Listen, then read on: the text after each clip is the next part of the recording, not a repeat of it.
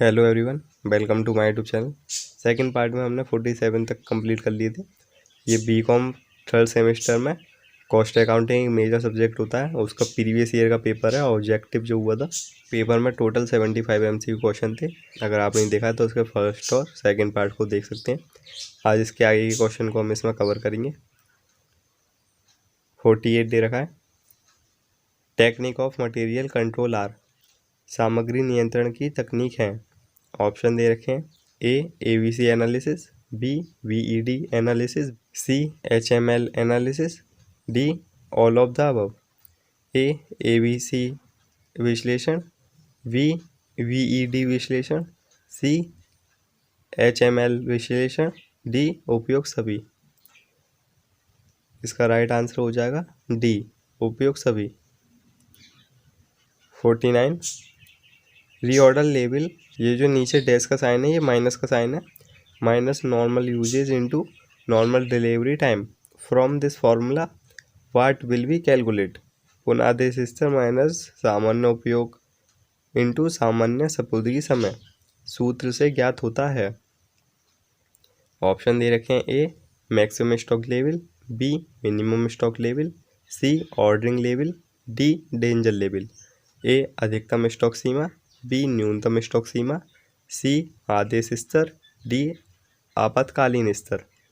इसका right answer हो जाएगा बी न्यूनतम स्टॉक सीमा, minimum stock level. 50 reorder level means पुनादेश स्तर से आशय है। ऑप्शन दे रखे हैं। A actual quantity, B quantity of B order, C minimum quantity, D none of these. A वास्तविक मात्रा, बी मात्रा जिसका आदेश देना है, सी न्यूनतम मात्रा, डी इनमें से कोई नहीं। इसका राइट आंसर हो जाएगा बी मात्रा जिसका आदेश देना है, quantity of be ordered. 51 the formula of calculate the economic order quantity, यानी कि EOQ। EO की फुल फॉर्म होती है इकोनॉमिक ऑर्डर क्वांटिटी। आर्थिक आदेश मात्रा ज्ञात करने का सूत्र है। इसमें ऑप्शन दे रखे हैं। A 2 into R into CP upon CH, B 2 into R into CH upon CP, C 2 into CP into CH upon R, D √2 into R into CP upon CH। इसका राइट आंसर हो जाएगा D √2 into R into CP upon CH।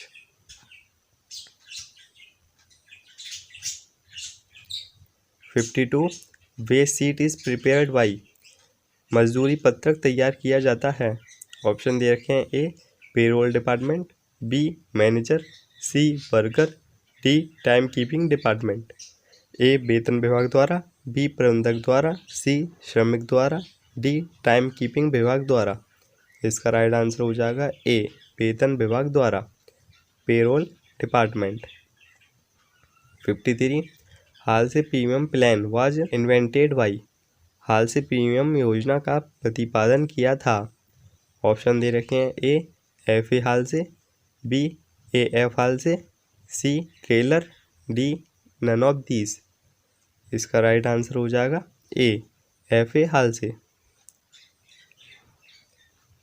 54 characteristics of an ideal wage payment system is, आदर्श मजदूरी भुगतान पद्धति की विशेषता है। ऑप्शन दे रखे हैं। A based on number of workers, B efficiency oriented, C uncertainty in payment, D all of these. A मजदूरों की संख्या पर आधारित, बी कार्यकुशलता पर आधारित, सी भुगतान में अनिश्चितता, डी इनमें से कोई नहीं।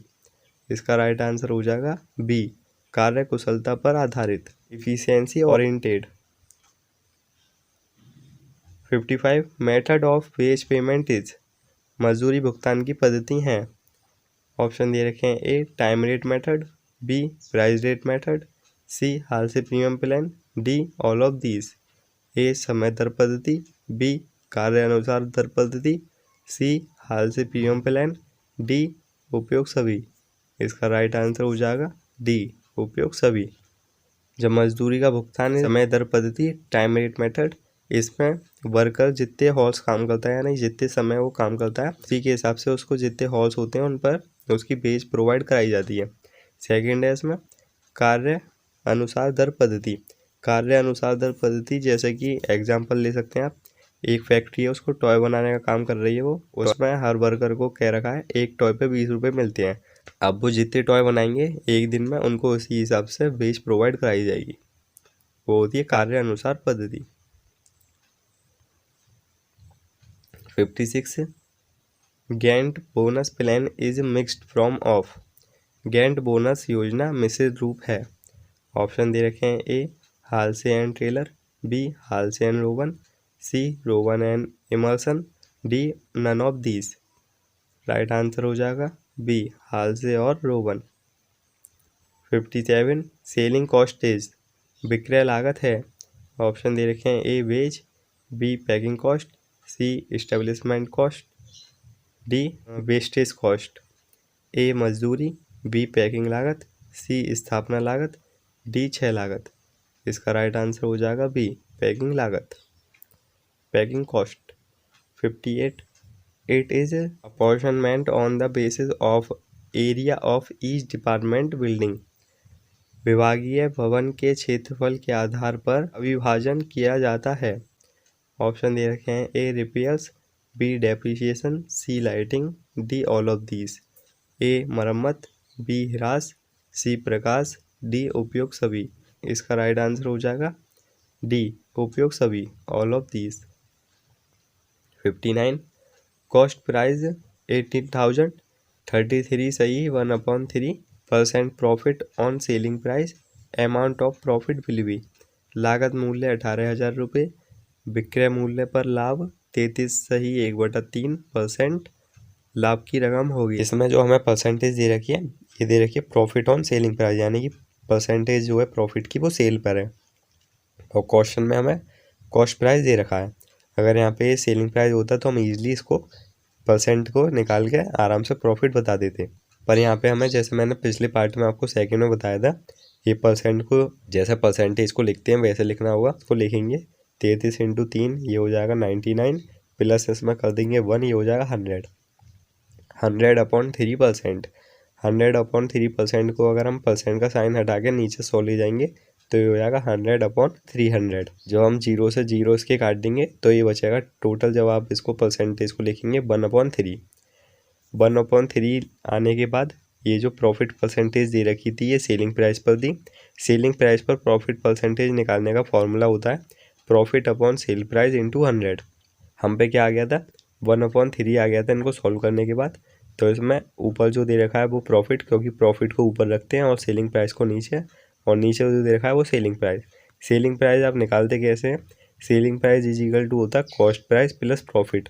जब आप किसी की कॉस्ट में प्रॉफिट जोड़ देते हैं तो वही सेलिंग प्राइस बन जाता है। ये सभी पार्टों में चल रहा है अभी। 1 पार्ट का प्रॉफिट और नीचे अपॉन आ गया था 3, यानी कि 3 पार्ट का सेलिंग प्राइस। अब इसमें से हम कॉस्ट प्राइस निकालेंगे। Cost price is equal to होता है सेलिंग प्राइस माइनस प्रॉफिट। जब हम इसको निकालेंगे तो ये आ जाएगा हम पे 3 part minus 1 part is equal to 2 part, यानी कि 2 पार्ट की हमारी कॉस्ट आ जाएगी। वही कॉस्ट हमें कितनी दे रखी है यहाँ पे 18,000 दे रखी है, यानी कि 2 part is equal to 18,000। 1 part is equal to कितना हो जाएगा, जब हम एक पार्ट निकालने के लिए 18,000/2 कर देंगे क्योंकि ये 2 पार्ट की वैल्यू है, तो आ जाएगा 9,000। 9,000 एक पार्ट की वैल्यू। अब हमें पूछ रखा है इसमें प्रॉफिट बिल भी। प्रॉफिट कितना हुआ, प्रॉफिट हमने जब निकाला था तब आया था 1 पार्ट का, और 1 पार्ट की वैल्यू हमने निकाली है 9,000, इसलिए इसका राइट आंसर हो जाएगा बी 9,000, 9,000 रुपये। सेम क्वेश्चन ये है, इसमें भी आपको यही समझना है। इसमें दे रखा है इफ प्रॉफिट इज 33 सही 1/3% ऑफ सेल, ये भी सेल का दे रखा है, then it will be dash percentage of cost. यदि लाभ विक्रय मूल्य का 33 सही 1/3% तो लागत का परसेंट होगा, यानी कि हमें ये सेलिंग प्राइस पर दे रखा है प्रॉफिट और हमसे पूछ रखा है अगर कॉस्ट प्राइस पे हम यही प्रॉफिट निकालें तो हमारा कितना होगा। सबसे पहले हम इसको सॉल्व करके लिखेंगे परसेंटेज को, तो वही जब इसमें आप 33 में इंटू करेंगे 3 की तो आ जाएगा 99, इसमें ऐड कर देंगे 1, ये हो जाएगा 100, 100/3%। जब इस परसेंट के साइन को हम बटे में ले आएंगे नीचे तो ये हो जाएगा 100/300। तो सिंप्लीफाई करेंगे तब आ जाएगा 1/3। मैंने आपको बता भी दिया था प्रॉफिट ऑन सेल पे निकालने के लिए फॉर्मूला होता है प्रॉफिट अपॉन सेल इंटू 100, और हमारे सॉल्व करने के बाद आ गया था 1/3, यानी ये 1 पार्ट का प्रॉफिट हो गया, क्योंकि ऊपर हम प्रॉफिट रखते हैं जब सेल पर निकालते हैं प्रॉफिट को, और अपॉन नीचे हम सेल को रखते हैं। तो ये 3 पार्ट जो आया था नीचे ये हो जाएगा हमारा सेल। अब सबसे पहले हमें सेलिंग प्राइस इजिकल टू आपको बता ही दिया था, वो होता है कॉस्ट प्राइस प्लस प्रॉफिट, और कॉस्ट प्राइस इजिकल टू होता है सेलिंग प्राइस माइनस प्रॉफिट। अब इसमें से हम पे प्रॉफिट है और सेलिंग प्राइस है, अब हमें निकालना है कॉस्ट प्राइस।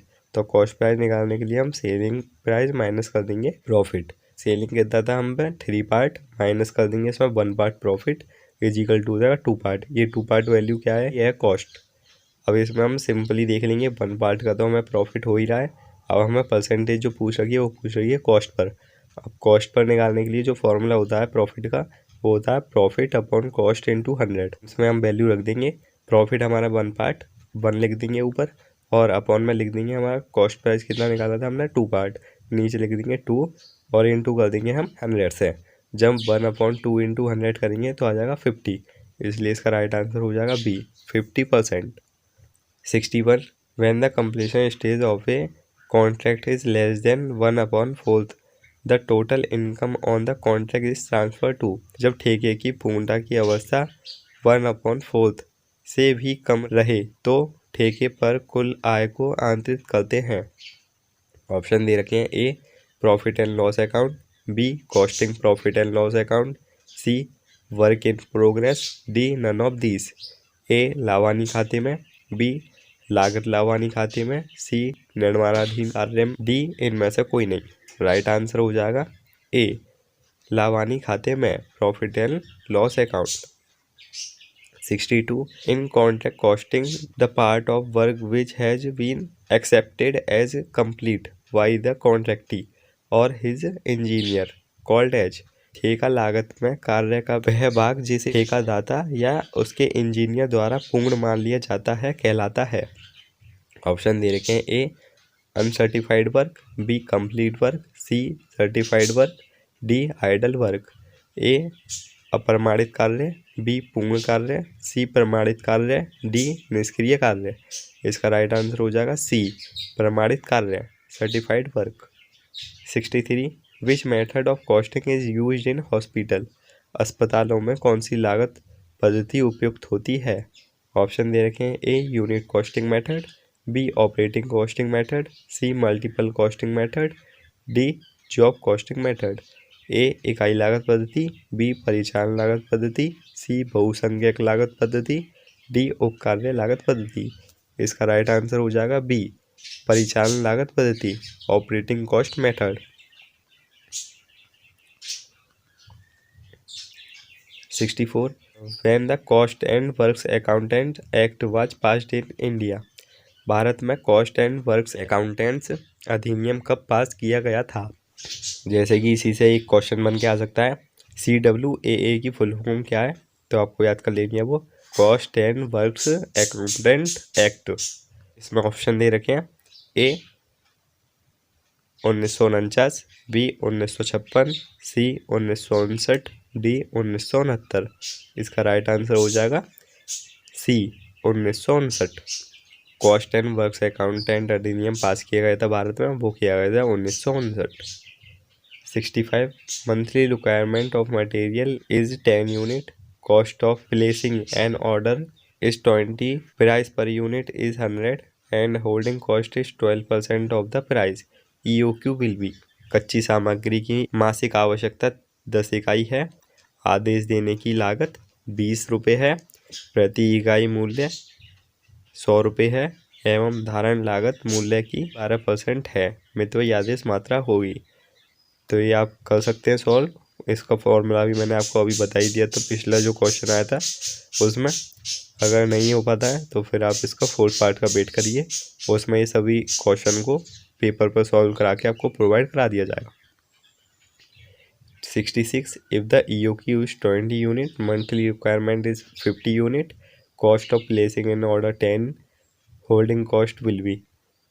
यदि मितव्ययी आदेश मात्रा 200 इकाई है, मासिक आवश्यकता 50 इकाई है, एक आदेश देने की लागत 10 रुपये है, धारण लागत होगी। तो इसमें से आप देख सकते हैं ये भी आपको 4th पार्ट में प्रोवाइड करा दिया जाएगा। जितने भी न्यूमेरिकल क्वेश्चन स्किप कर रहे हैं उन सबको आपको जल्द से जल्द प्रोवाइड करा दिया जाएगा इसके 4th पार्ट में। अभी हम थ्योरी के क्वेश्चन देख लेते हैं। 67 है, maintenance of cost accounting is the स्टेटरी requirement for. लागत लेखांकन का रखरखाव वैधानिक आवश्यकता है। ऑप्शन दे रखे हैं, A manufacturing concerns, B all concerns, D service providing concerns, D certain specified manufacturing companies. A निर्माणी संस्थाओं के लिए, बी सभी संस्थाओं के लिए, सी सेवा प्रदान करने वाली संस्थाओं के लिए, डी कुछ विशिष्ट निर्माणी संस्थाओं के लिए। इसका राइट आंसर हो जाएगा डी, कुछ विशिष्ट निर्माणी संस्थाओं के लिए। सर्टेन स्पेसिफिक मैन्युफैक्चरिंग कंपनी, उन्हीं को जो लागत लेखांकन होता है उसको रखने की वैधानिक आवश्यकता होती है, सभी को नहीं होती। 68. Material control does not cover in the following stage. सामग्री नियंत्रण में निम्नलिखित चरण शामिल नहीं है। ऑप्शन दे रखे हैं, A purchase of material, B storing of material, C issue of material, D production. A सामग्रियों का क्रय, बी सामग्रियों का भंडारण, सी सामग्रियों का निर्गमन, डी उत्पाद। इसका राइट आंसर हो जाएगा डी उत्पादन, production. 69. Basics of apportionment of ways expenses. शिशु सदन व्यय के अवशोषण का आधार है। ऑप्शन दे रखे हैं, A number of employees, B number of female employees, C number of working hours, D none of these.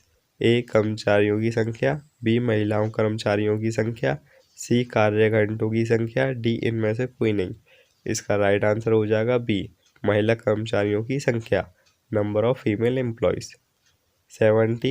If standard halls to complete a work is 60 halls, where Mr. X complete the work is 50 halls only, find the wage payable to Mr. X as per halsey plan if wage rate per hour is 2 rupees।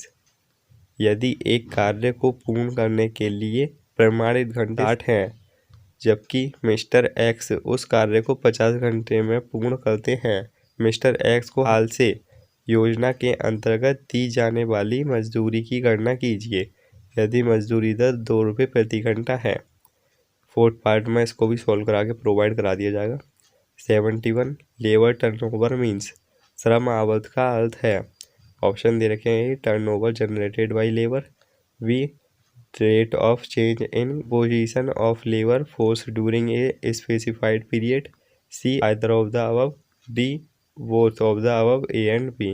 A श्रम द्वारा उत्पन्न कुल आवत, B एक निर्दिष्ट अवधि के दौरान श्रम शक्ति की संरचना में परिवर्तन की दर, C उपयुक्त में से कोई भी, D A तथा B उपयुक्त दोनों।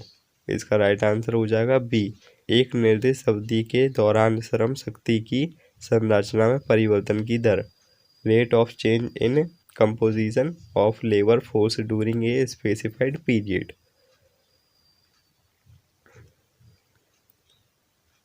72.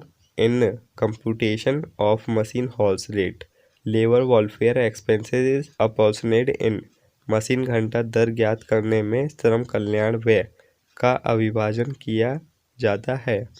ऑप्शन दे रखे हैं, ए the ratio of works employed on various machine, B the ratio of space occupied by the various machine, C the ratio of insured value of machines, D none of these।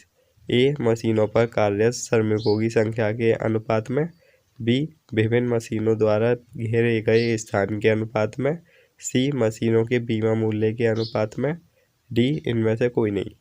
इसका right answer हो जाएगा ए machine पर कार्यरत श्रमिकों की संख्या के अनुपात में, the ratio of workers employed on various machine. 73. Total of prime cost and factory cost is called. मुख्य लागत एवं कारखाना ऊपरी व्यय के योग को कहते हैं। ऑप्शन दे रखे हैं A work cost, B cost of production, C cost of sale, D none of these. A कारखाना लागत, बी उत्पादन लागत, सी बिक्री लागत, डी इनमें से कोई नहीं। इसका राइट आंसर हो जाएगा बी उत्पादन लागत, कॉस्ट ऑफ प्रोडक्शन। जब टाइम कॉस्ट और फैक्ट्री ओवरहेड को ऐड कर देते हैं तो इसमें निकल के आता है कॉस्ट ऑफ प्रोडक्शन। 74 टेंडर और quotations are as usually based on. निविदाएं या उद्धरण सामान्य रूप से आधारित होते हैं। ऑप्शन दे रखे हैं A cost statement alone, B profit alone, C future estimate, D previous period costs adjusted for future forecast. A एकल लागत विवरण पर, बी एकल लाभ पर, सी भावी अनुमान पर, डी पिछली अवधि की भविष्य के पूर्वानुमानों के लिए समायोजित लागत पर। इसका राइट आंसर हो जाएगा डी पिछली अवधि की भविष्य के पूर्वानुमानों के लिए समायोजित लागत पर। Previous period cost adjusted for future forecast. 75 if prime cost is 250% of direct labor and direct labor is 50% of direct material and material is 10,000, what will be the prime cost। यदि मूल लागत प्रत्यक्ष श्रम की 250% है एवं प्रत्यक्ष सामग्री का 50% है तथा सामग्री की लागत 10,000 रुपये है, मूल लागत होगी, तो इसको भी आपको प्रोवाइड करा दिया जाएगा फोर्थ पार्ट में। अगर आपको आते हैं तो आप इजीली इनको सॉल्व कर सकते हैं, नहीं तो फोर्थ पार्ट में आपको सॉल्यूशन के साथ इनको प्रोवाइड करा दिया जाएगा। अगर वीडियो अच्छी लगी हो तो लाइक करें। आपके माइंड में किसी भी क्वेश्चन को लेकर कोई डाउट या क्वेरी है तो आप कमेंट सेक्शन में कमेंट करके पूछ सकते हैं। अगर चैनल सब्सक्राइब नहीं कर रखा है तो सब्सक्राइब कर बेल आइकन प्रेस कर लीजिए ऐसे ही इंपॉर्टेंट क्वेश्चनों से जुड़े रहने के लिए।